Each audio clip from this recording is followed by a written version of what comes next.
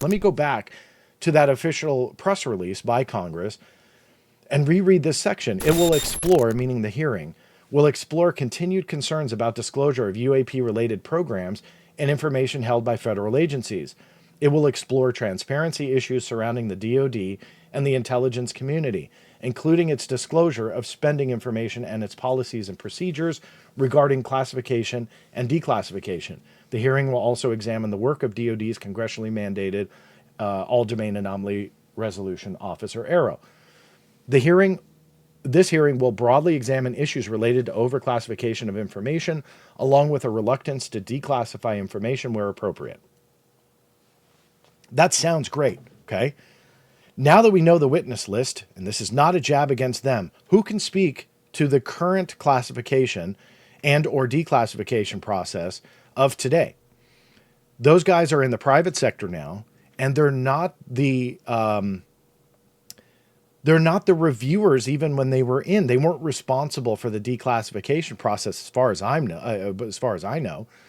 So if that changes, and we hear that they are a declassification authority where they were able to review that information and they solely made that decision, cool, I will stand corrected. But I don't believe that they are. And so if this hearing is really exploring all of that, a journalist can't comment on that simply because they're not part of that procedure. Those that are in the private sector are not part of that procedure. So why is it that we are exploring? We're going to hear some great stories, I'm sure.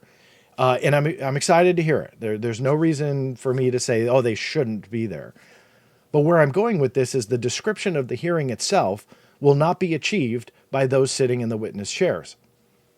That's not an insult. That's just what their background is. That's just who they are. So they can't talk about the policies and procedures regarding classification and declassification. And let's just say that they can, but you're going back to 2017 with Luis Elizondo. When did Tim Gallaudet retire? I don't have that exact answer, but his job was not the declassification of that material. Mike Gold, I was getting documents through FOIA that involved Mike Gold and what he was talking about, and he was not the release authority. So that I can tell you for a fact is not the case. So you add up what they're trying to achieve, and then you look at the witness list, it's not going to achieve that. Doesn't mean we're not going to get something hopefully of value, but we are not going to be tackling what should be the issue. And the issue, they nailed it. We should talk about the classification and declassification of what this is. But who worked for ARROW? Let me think, because again, some of this is my raw reaction here. Luis Elizondo did not. Tim Gallaudet did not, as far as I know. Mike Gold did not. And Michael Schellenberger did not. So what are we going to examine here? That's what's very difficult, because what I think that's happening is that the congressional hearing planners, whomever that is not truly grasping and understanding the secrecy behind why we are running into this. Now, look, if we put a David Grush up there, that's a different ballpark to me than what I'm about to talk about. But if they're going to do that and they want to play ball on that field, then stick with it. You know, what happened since David Grush? And that's an answer I hope we get one day. But what happened? You know, did they really get behind closed doors what David Grush promised them? Did they take action on that? Did they hold agencies accountable, or did agencies just say, "Oh, no, that's all BS. Sorry, go away." And then they go away? I mean, whatever it is, let's figure that out. And it seems to be lost.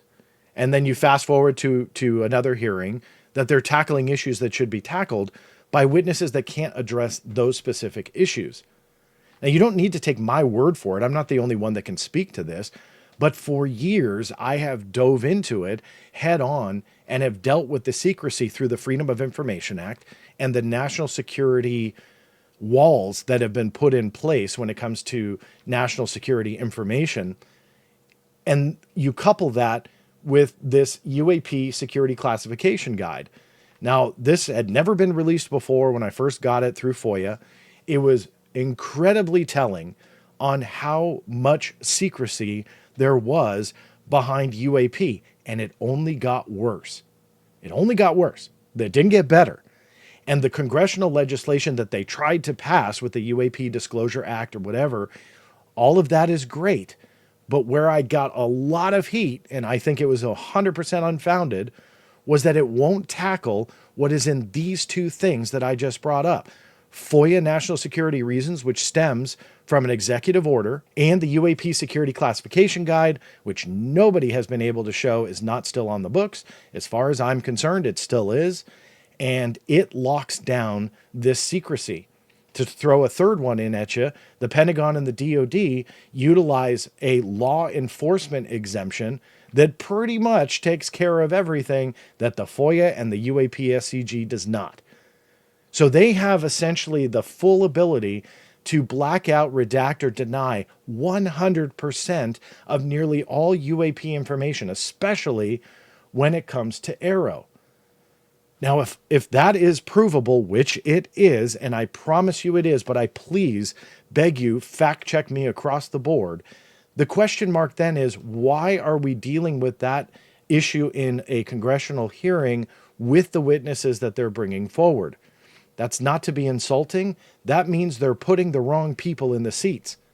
What they need to do is focus on the issues that are truly plaguing Michael Schellenberger being able to report a little bit more openly about what his sources have said. They're plaguing Luis Elizondo not being harassed by the DOD if he is 100% telling the truth, and there's a massive conspiracy to hide it because of these overclassification things that have been set in place that justify them to do really harsh things like that. I'm trying to find the right words because we're kind of speculating here, but obviously that if they're trying to cover this up and it all stems from these documents, what lengths will they go to? So that's the root of what this is. And those that are sitting in those seats, like Tim Gallaudet as well, may know additional things that he's heard or that he's seen, but that secrecy is going to prohibit him from saying some of that stuff in open forum. Mike Gold as well.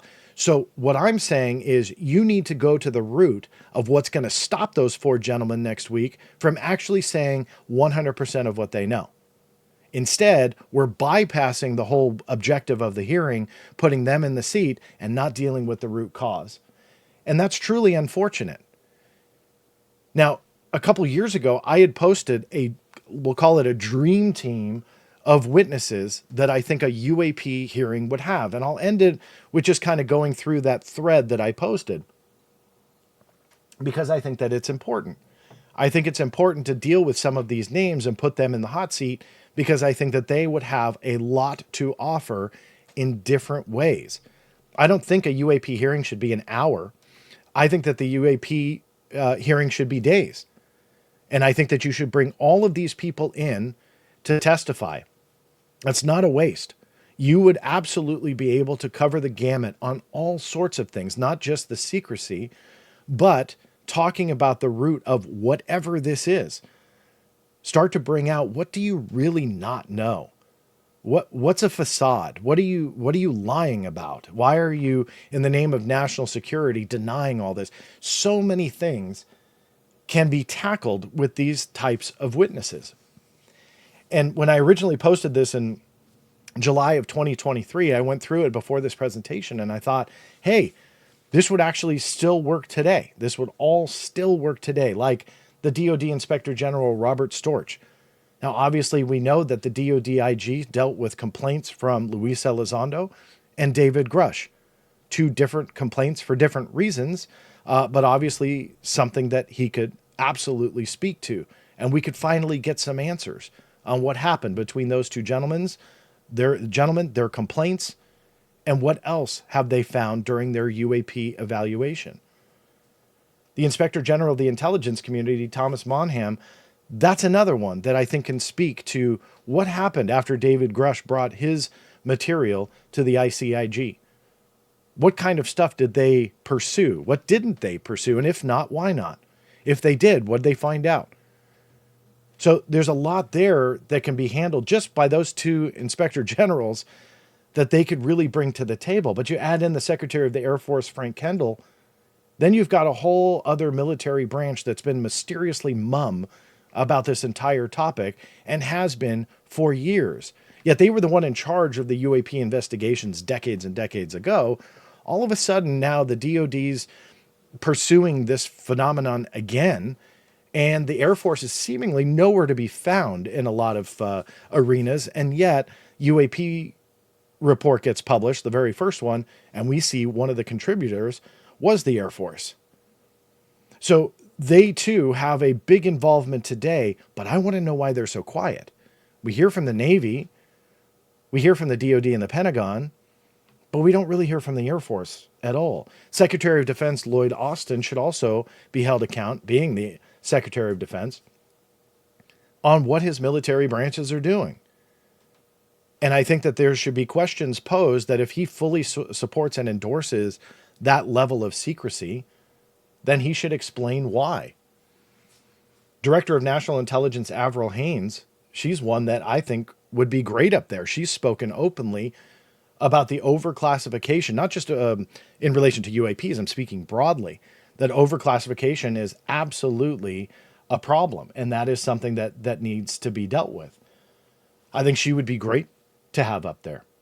CIA Director William Burns, that's another one that I think is that redacted name and contributor and partner of these UAP investigative efforts, but it's redacted.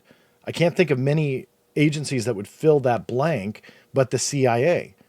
And so why is the CIA's involvement essentially classified?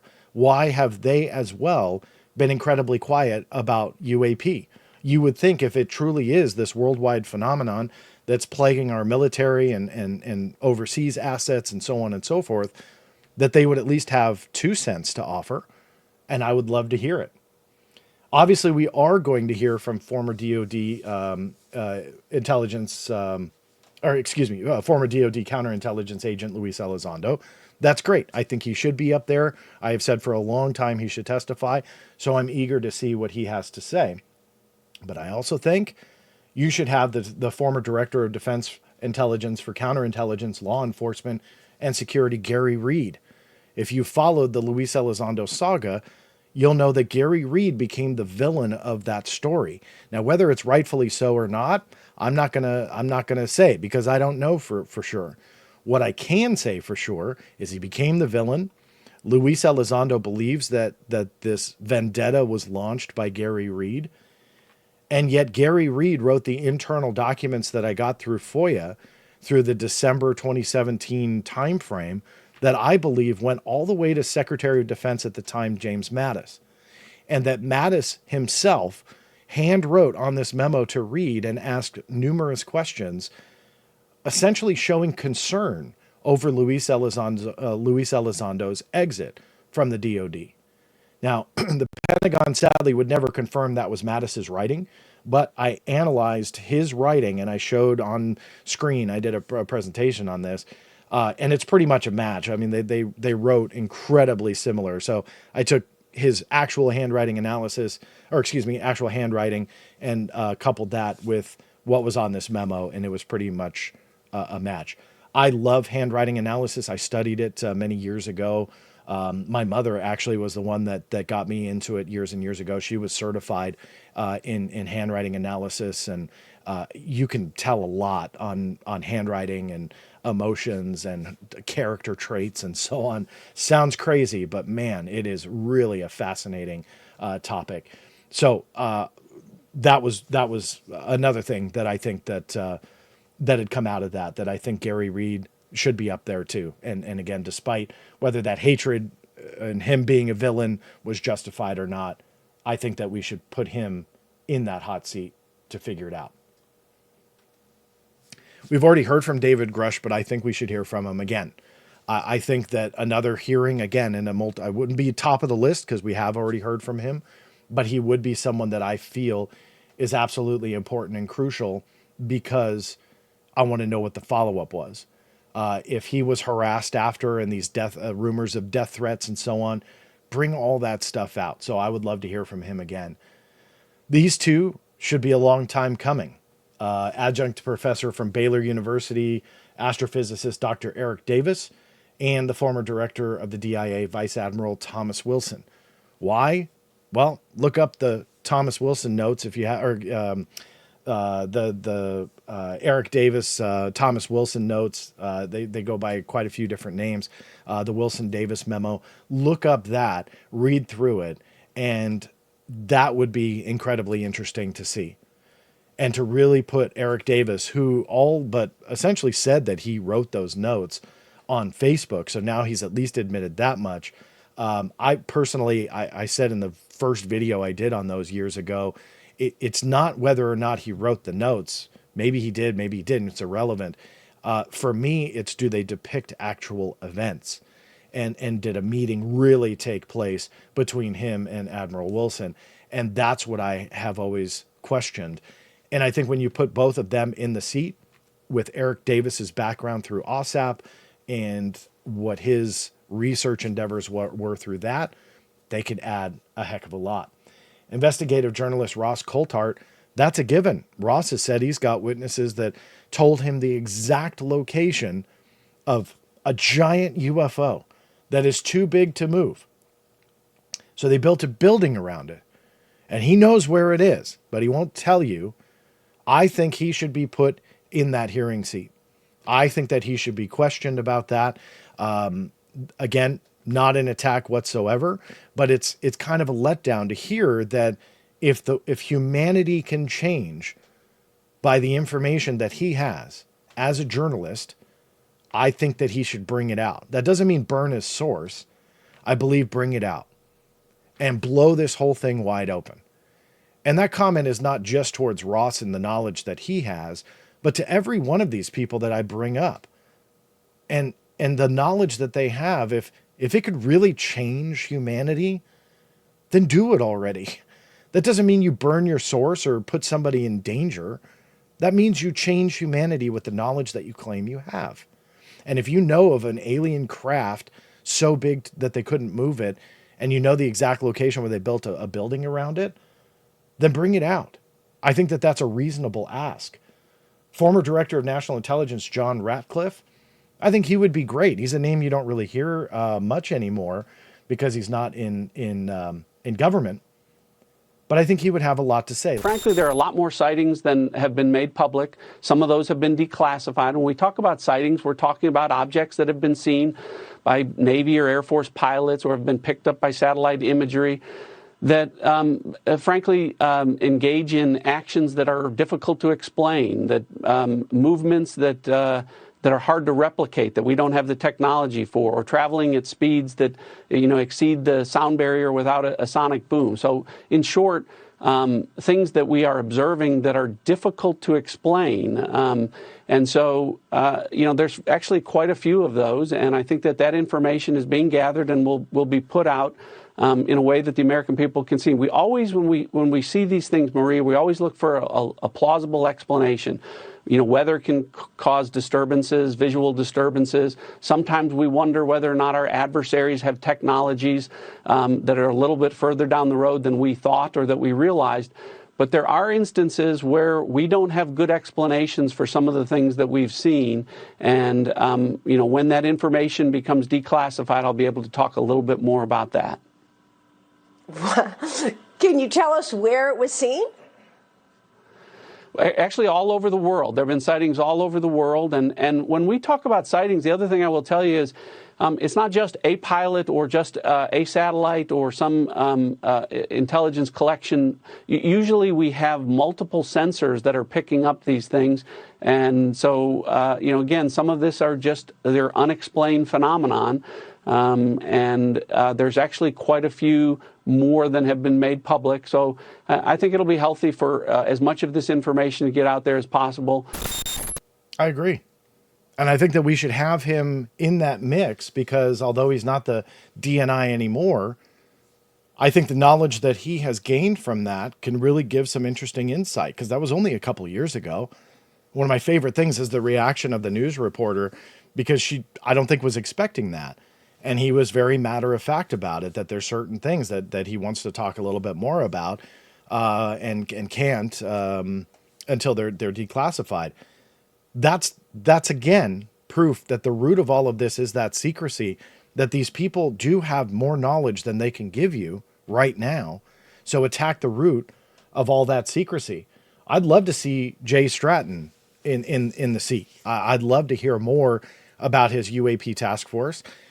As you can see from the briefings that were just released, that were primarily, not all of them, some came after his tenure as the director, but primarily made by him, you can really start to see some of what they were doing, what they were trying to achieve, and who they were, and what they were all about. You know, there's one media outlet that's really tried to paint them in like this crazy light. Well, now the documents are coming out, I feel that it's just not justified. And I think that they were kind of in the beginning stages of trying to identify these things, trying to see that there was a problem. They were kind of branded as this chasing alien type of group, yet nowhere in these briefing documents or anything that we can see anyway about aliens. Rather, it was an issue for safety, for national security concerns. It's a really amazing look inside something that we haven't really seen yet. And I think that it shows the beginning stages of what has led into Arrow and these other efforts. But that was very much the beginning. I'd love to see and hear from Jay Stratton himself on exactly what they were looking at, what they found, what they concluded at that time, and juxtapose that with let's say Dr. Sean Kirkpatrick's testimony and what he talked about when he testified at that one hearing. I didn't mention that earlier, but he was one that has testified as well. So why can't we juxtapose that and see what the difference is? Pentagon spokeswoman Susan Goff, that's another villain in this story that many people attack. And again, maybe rightfully so, but regardless, she should be there. She has been now for a couple of years the sole voice to the UAP issue when it comes to the DoD and the Pentagon. Prior to her, a few years back, that was not the case. We were able to get statements from the Navy. We were able to get other statements from agencies that were willing to give them. But now it's all locked down to her. The Luis Elizondo comments are continued to be given by her and solidifying the stance of the DoD about ATIP and Luis Elizondo's role, or in their view, lack thereof. She's the one that gives out all of the Arrow statements and orchestrates all of that. She's the one that apparently is being notified about FOIA releases. I think that some people have embellished that reality a bit. I don't believe she plays a role, but I want to know why she's involved at all in those documents that came out. So there's a lot there that I think you can explore just with her. And lastly, I'll point out Director for Defense Intelligence Collection and Special Programs, Neil Tipton. He's the former, I should now add, since I first wrote this. He still worked in the U.S. government, but he does not now. I think he should be there. I think that we should understand why now through FOIA. Before that, there were some leaked documents and so on. But now we have a more solidified picture that when Luis Elizondo was leaving the Pentagon, he was talking to Neil Tipton about essentially carrying the reins of ATIP, that he was going to be taking this over. Now, you could tell that he was a little bit confused about some of it, that he wasn't sure. But if you look at it chronologically, 4 to 6 months or 4 to 6 weeks or so after that confusion, he kind of seemed very much on board with taking over whatever this ATIP was. The memo that was written by Luis Elizondo that was supposed to be signed and potentially implemented by, I believe, Deputy Secretary of Defense, not Secretary of Defense, but the deputy, that Luis Elizondo wrote this memo to essentially pass the reins to Tipton. That's a very interesting history there that is not really told. We got a little bit from Luis Elizondo's book, but I want the other part of the story. And I think that there's more there. In fact, I know that there's more there. So I would love to hear that from Neil Tipton on the record to see exactly what was going on in that I guess that would be September 20,000, excuse me, I'm getting tongue-tied, September 2017 timeframe, and what his involvement was or lack thereof, and really start to get into this. That's a hearing. To me, that's what we need to focus on. That's what we need to see. We need to understand where the root of the secrecy is and how to tackle that. I've spoken about it for years and years before ATIP was even mentioned by the mainstream media, before Luis Elizondo popped on the scene. The secrecy has been insurmountable. And as 2017 came and went, and 2018, 2019, the secrecy got worse. The UAP security classification guide made it worse, made it a lot worse. Fast forward, the DoD implemented something that I do not think is legally justifiable, and that is the blanket law enforcement exemption that they utilize. That needs to be dealt with. That is the hearing that we absolutely have to see. And I hope we see it.